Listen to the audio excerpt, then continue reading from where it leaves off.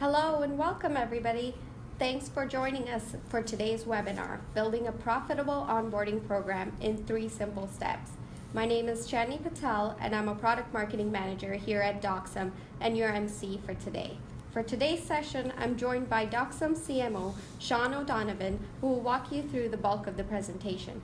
As is typical, all attendees are in listen-only mode, so if you have questions throughout the presentation, please submit them via the attendee panel on the right-hand side, and we'll take a few minutes at the end to answer them. You will receive an email link to the recording for this webinar in a couple of days. Please feel free to share it with your colleagues. You can also download a copy of the slide deck from the attendee panel. So with all that covered, I'll pass the mic over to Sean to run you through the rest of the presentation. Thanks, Chandni. Great to be here with you all today. A lot of research being done over the years on the importance of customer onboarding, and much of it agrees on 2 key facts. Firstly, that done well, it can and will really help improve the overall customer experience. And secondly, it's a critical activity if you want to maximize share of wallet from new customers.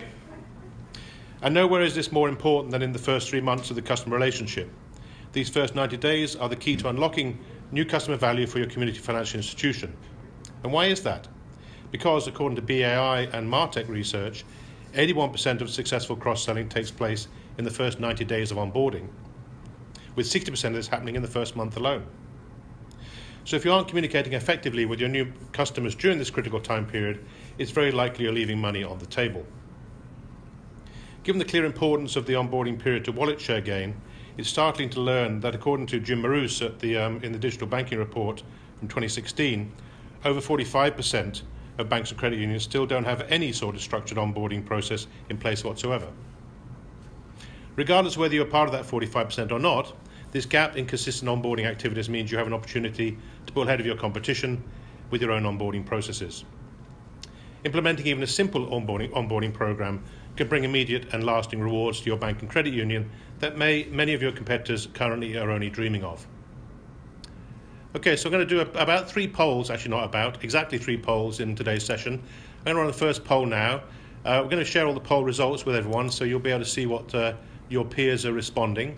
And the first poll is a question about your current onboarding process. I'm going to launch it now. The question is, what does your current onboarding process look like?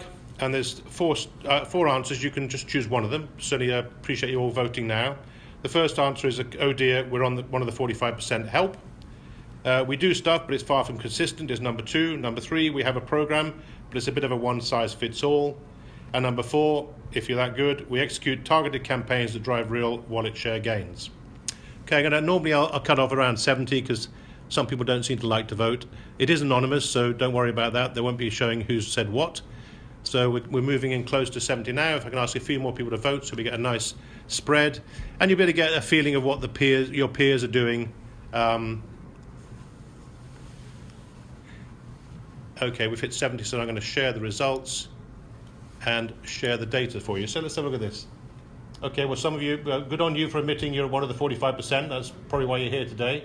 And yeah, sort of the spread I would expect to see. We do some stuff. We have a program, but it's a bit kind of generic, and we'll see that quite a lot of people do that. And a few people here are experts, so hopefully I'm going to say something which will be of value to you too. Okay, so to help you plan your onboarding strategy, we've broken the customer onboarding period into 3 distinct segments, each with unique objectives and specific challenges to overcome. These are account opening, of course, which is day 1 or day 0, the first step towards profitable onboarding, then building loyalty and increasing engagement, and lastly, value-added communications and targeted offers.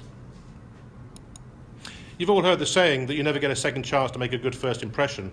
Well, nowhere is this more important than at the start of a new customer relationship. At initial account opening, it's vital you put your best foot forward and impress your customer with an effortless first experience with your bank or credit union. Unfortunately, for many banks and credit unions, the typical account opening experience is still overly manual and demands stacks of paperwork, multiple branch visits, redundant data requests, and delays in approvals and funding. This is not really the best place to start if you want to engage new customers in positive relationship building activities during the 90-day onboarding window that follows that initial account opening activity. Most important of all is that an overly manual approach keeps staff focused on getting the paperwork right, leaving almost no time for the critical personal conversation you need to have with new customers to understand how else you can help them in the future. This is where digitization could help enormously, by taking advantage of digital account opening solutions that can streamline your account opening process. How? By minimizing all the data re-entry required, ensuring all questions are answered right the first time, and automatically producing all the paperwork needed. This opens up time for you to really get to know your customer. Better yet, there are digital solutions out there that can be integrated into your broader digital environment. A digital account opening platform that also integrates into back-end and third-party systems ensures that data capture and data rekeying will be kept to a minimum. Applications that integrate into a CRM system can provide an even more seamless experience, helping staff leverage customer intelligence captured to drive smart follow-up campaigns. And a top-tier digital account opening platform will even let you build questions about communication preferences, life stages and aspirations right into your account opening workflow, so that all this data can be quickly and easily collected for later use. All told, leveraging digital account opening will save you a lot of time and effort, giving you more time to get to know your new customers better, and through this, drive a more personalized onboarding experience. A complete digital account opening solution takes account opening to where your customers are, ensuring the process is effortless, whether it occurs in the branch, on the phone with a CSR, out at, say, a community event, or even self-serve online from home. It means customers can open accounts at their convenience, anytime and anywhere. And if it integrates with a content management system, you can even make account opening a completely paperless process by routing completed forms through e-signature software, then pushing all signed paperwork directly to an ECM, integrated with, say, your online banking platform, making all the paperwork easily accessible to customers and staff alike. And why is this important? Because according to research from CEB Tower Group, 40% of retail banking customers now report that they prefer to conduct their banking activities through exclusively digital channels. If you want them to join your institution, you'll need to ensure that you have a complete, flexible and digital account opening solution that supports this. Okay, so second poll for you. Let's have a little look at where we're at. This one is to ask you what your state of your digital account opening is at your institution. So, you've got 4 answers again, and you can choose one of these. First one is, we're still running a fully manual process. 2, manual now, but we plan to digitize this year. 3, we're partly digitized, but not completely. And 4, we're fully digital end-to-end. It's a beautiful thing. And we're getting lots of votes coming in for that. Thank you. Let's got to about 60%. If we can just bring up a few more votes, that would be great. Perfect. And we're going to hit 70% any second now, and I will close the poll and share the results. Actually quite interested to see this. There we go. Close and share. And you can see the results now. Actually quite a lot of you are digitized. A little bit more than I would have expected, given the topic we're on today, but that's great. Great stuff for you, because it means you can take advantage of that to really prepare yourself for the onboarding activities that follow. Okie dokie. Okay, so we've established the value that a digital account opening process can add to onboarding. Now let's turn our attention to how you can actually grow customer relationships in the first few weeks immediately after account opening has been completed. You need to strike while the iron is hot and encourage the new customers to maximize their use of your products, or they may never fully make the switch from their old service providers. In the first few weeks, it's all about building loyalty and increasing customer engagement. As you can see from this research from Javelin, a simple focus on engagement can have a marked impact on profitability, so it's definitely worth spending some time focused on this. Some very simple ways you can encourage engagement amongst your new customers include enticing customers to take advantage of things like bill pay, online banking, direct deposit, and e-statement services by offering incentives, like things like free air miles or waived fees for setting up a service, or entry into prize draw for choosing e-statements, for example. The goal here is to have the account that was just opened become a primary account in the customer's life. It's also important to make it easy for new customers to access FAQs about their new products, using emails to point them to online resources like simple videos or quick guides. And it's easy to do, it reduces the risk of frustrating new customers, which could result in stagnant accounts or worse, yet increased abandonment rates. That said, going beyond simple email communications using a multi-channel approach to new customer orientation can often prove even more valuable. Beyond email, you should also consider integrating a welcome phone call, SMS text messaging if you have that data in your CRM, and online and mobile banking messages if your system supports this. You can even include a welcome message on the customer's first account statement.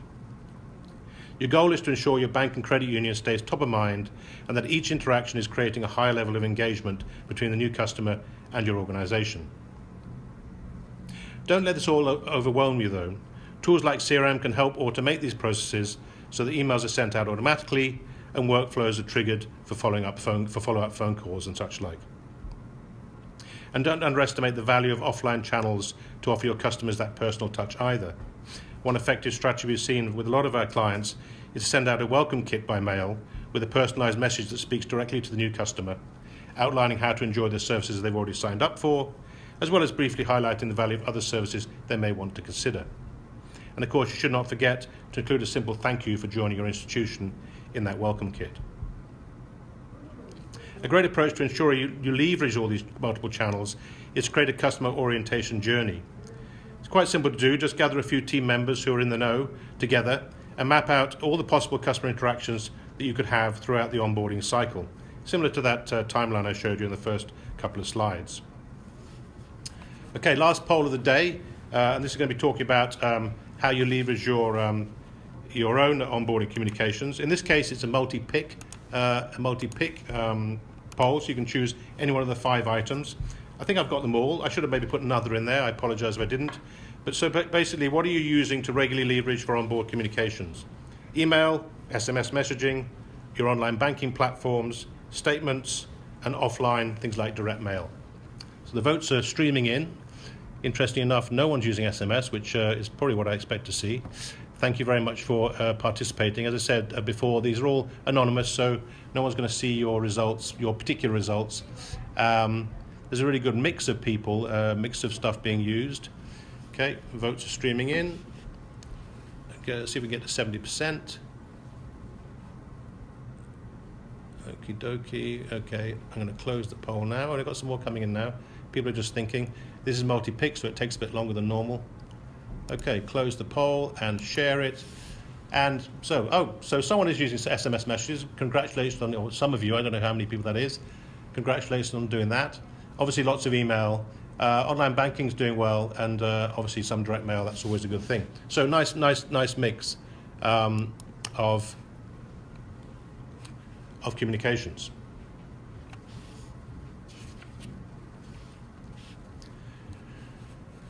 Okay, so here's a quick look at a simple onboarding campaign for one of our own customers, a company called InFirst Financial Credit Union, a federal credit union.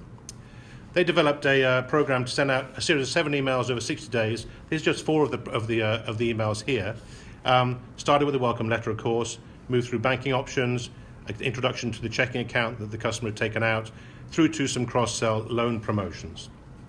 After the first round of this campaign, so a 60-day period had elapsed, there were some pretty good results. 80% of the customers had added at least 1 new product or service as a result of the campaign. Number of deposit accounts grew by 24%, with deposit balances increasing by nearly $500,000. And number of loan accounts grew by nearly 200%. So that was a pretty good campaign, some pretty good results. Now, while some more specific targeting would have likely made this even more successful, there's no denying that the results they achieved are nevertheless pretty impressive. Okay, so we're into phase 3 now.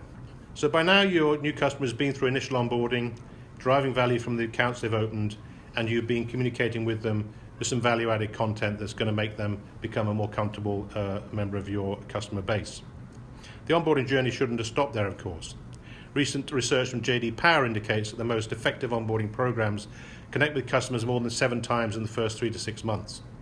So to keep them satisfied, you need to stay in touch. In the critical 1 to 3 months following account opening, you need to switch your focus onto value-added communications and targeted offerings. Your customer's desire for contact represents a great opportunity for you to do some cross-selling using the data you gather during account opening to make personalized, highly relevant offers to them. A word of caution here, though. Your cross-selling efforts must be needs-based. Too often financial institutions expend tremendous effort wooing new customers, and then if they do anything at all after that, they achieve little more than dumping a raft of untargeted offers in the laps of their customers' post-account opening. That doesn't help anyone, and it certainly doesn't make for a great customer experience with your institution. Oh yes, this is the graph from the JD Power research I just mentioned. As you can see, it clearly illustrates how customer satisfaction scores and the number of products owned are positively impacted as the overall number of outreaches increases. I think that bottom line there of the number of products owned is the most important one. In this next slide, this Gallup research shows that 2/3 of customers surveyed recently feel that many offers are too general in nature, and over half the customers surveyed in this research say the offers that came in to them were products they already have. So you need to move your mindset from simple, non-targeted, product-driven cross-selling strategies to more of an advisory model, where you can target the right offer at the right time to the right person. You can significantly increase the chance that customer will respond favorably. Why is that? Because you're basing your outreach communications on problems and desires that you've already identified during account opening, and you're helping customers see ways they can address them. This will always result in more positive response and give your institution a competitive advantage. And it's not that hard to do this, way better than the average financial institution. The 2016 digital banking report I referred to earlier also indicated that 39% of financial institutions simply market a standard set of services to all new customers. This lack of personalization and targeting during the onboarding process, coupled with the fact that 45% of banks and credit unions don't even have a structured onboarding process in place at all, represents a fantastic opportunity for your organization to differentiate yourself with your new customer and move ahead of the pack. And here's some ways to do it. By following these 4 steps that are coming up, you can create a cross-selling strategy and related programs that leverages intelligence derived from customer interactions early in the account opening process to identify and address unmet customer needs. First off, you need to establish realistic goals for products per household, household lifetime value and retention, and develop a process of monitoring and reporting on the progress. This way you focus the right amount of effort in the right areas, optimizing ROI. You should also establish goals around customer satisfaction scoring related to campaign activities, and ensure that these are understood to be as important as your sales targets. This would help keep everyone focused on getting the right message to the right person at the right time, versus sending out a bunch of untargeted emails and other communications.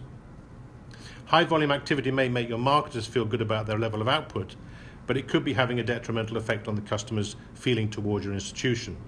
And of course, customer satisfaction scoring won't provide immediate feedback, but it will ensure that you're able to monitor and analyze customer response to campaigns over time and adjust them as needed, and then use those for future onboarding activities.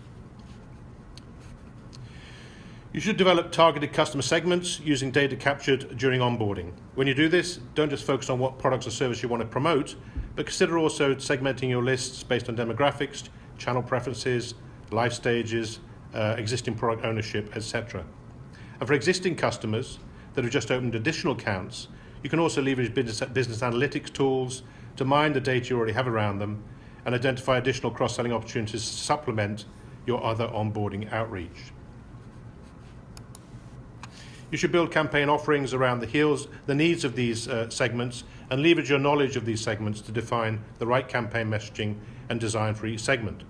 For example, using imagery that fits the aspirations of the demographic you're communicating with. Some email tools provide for dynamic content and image insertion, which really helps matching messages to the right demographic when you're sending the same offer to multiple segments. And of course, you should always ensure there's a strong customer-centric value proposition for all products and services in the cross-sell program. Incentives really help here too. Where possible, include an incentive to remind customers you value their business and tell them specifically what they've qualified for and why. I've seen offers like $25 or $50 for opening a second account, or a free prize draw for entry into signing up for a credit card. Incentives work, so make sure you take advantage of them. And don't forget to measure the results of your different campaigns and use the findings to inform the development of future campaigns. Marketing 101 perhaps, but speaking from experience, I know that most marketers are very rushed nowadays, that they sometimes forget to simply test things and measure them to make sure they can improve their campaign results going forward. As with the initial welcome communications, be sure to leverage all available channels for your cross-selling efforts, not just email. I think a lot of you are doing that, as the poll indicated. CRM can really come into its own here as well, helping target branch and call center staff on campaigns, either calling out directly to support an email campaign or following up with customers that have opened, clicked or forwarded email campaign content. So you're targeting the right people and making sure those people are followed up and pulled to close.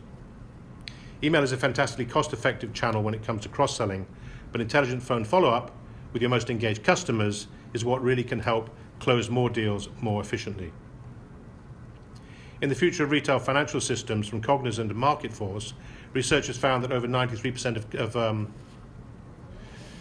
FIs agreed that providing value-added services to customer based on data-driven insight will be crucial to their long-term success. So that's pretty important to focus on.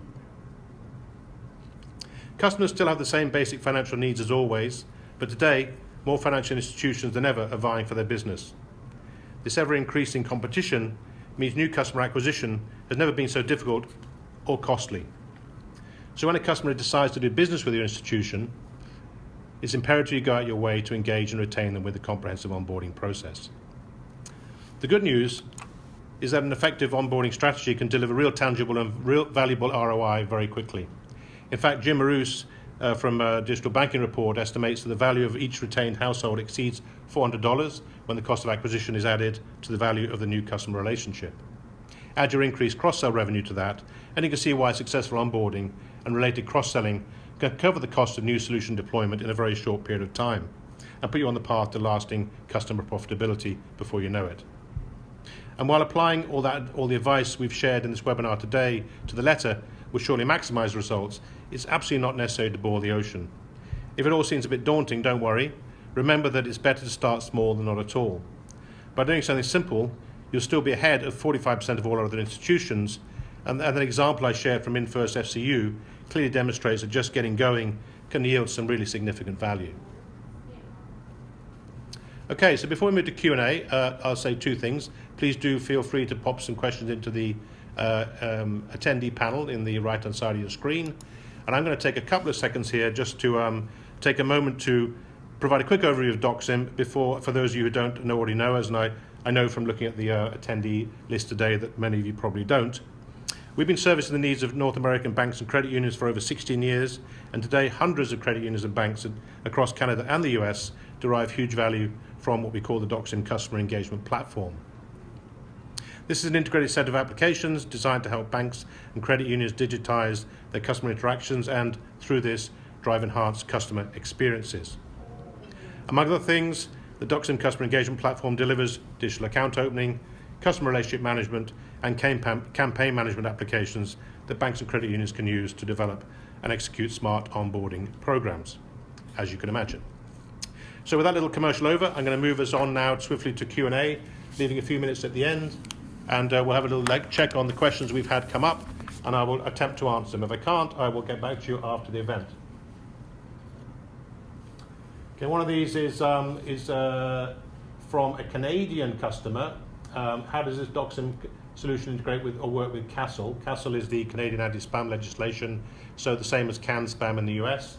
And the answer to that question is that we fully support CASL, and when you're inside a CRM system and you're building out a campaign, you can set up the CASL. There's a little section inside the CRM. I'm not a super product expert. There's a section inside the CRM that allows you to validate all recipients of a campaign for CASL compliance.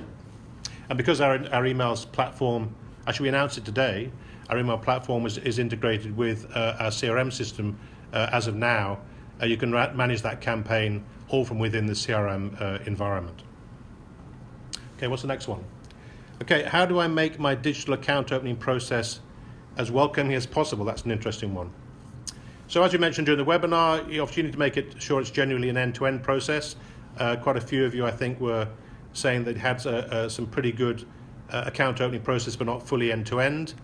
It's obviously nothing frustrates customers more than reaching a point in the application where they have to print and sign and mail something, or scan and print or mail in images of IDs and such like.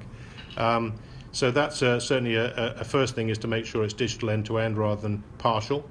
You also need to make sure the process is frictionless as possible. So things like keeping a laser focus on which questions absolutely need to be asked, or cutting back the amount of text that appears on the screen, integrating with your back office systems so that you can pre-fill fields with data you already have. Say with someone who's applying for a new account on online banking, you know who they are because they've just registered and logged in, so you should be able to pre-fill most of your forms with existing data, which makes it much easier for the customer to complete things.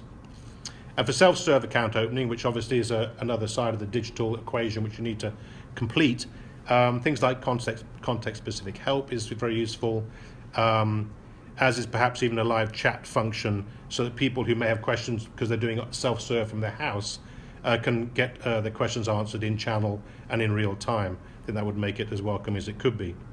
I guess you have to imagine that the ease of the transaction, with someone like Amazon, and then translate that to what your customers are going to be doing, and whether they're getting the same level of convenience from your account opening environment, wherever they may be integrating with it or interfacing with it, is the same as Amazon or Uber or Airbnb. Those guys are sort of setting the standards now for digital experience. I hope that helped. What else we got there, Bhavin? Okay, here's another one. If I had to pick one place to start with member onboarding, where should I focus my attention? What's the best bang for my buck, please? Okay, some organizations feel like they can't start without having a bunch of stuff in place, all the digital pieces in place. Account opening, most of you have that, that's good. Maybe CRM, because that helps the follow-up, multi-channel contact camp plans. That can be very daunting, and they maybe never get started. So it can be simple as just starting with the customers you already have, the new customers. Just sending a welcome email, tell them how to use their services, and maybe a couple of offers based on what you know about them.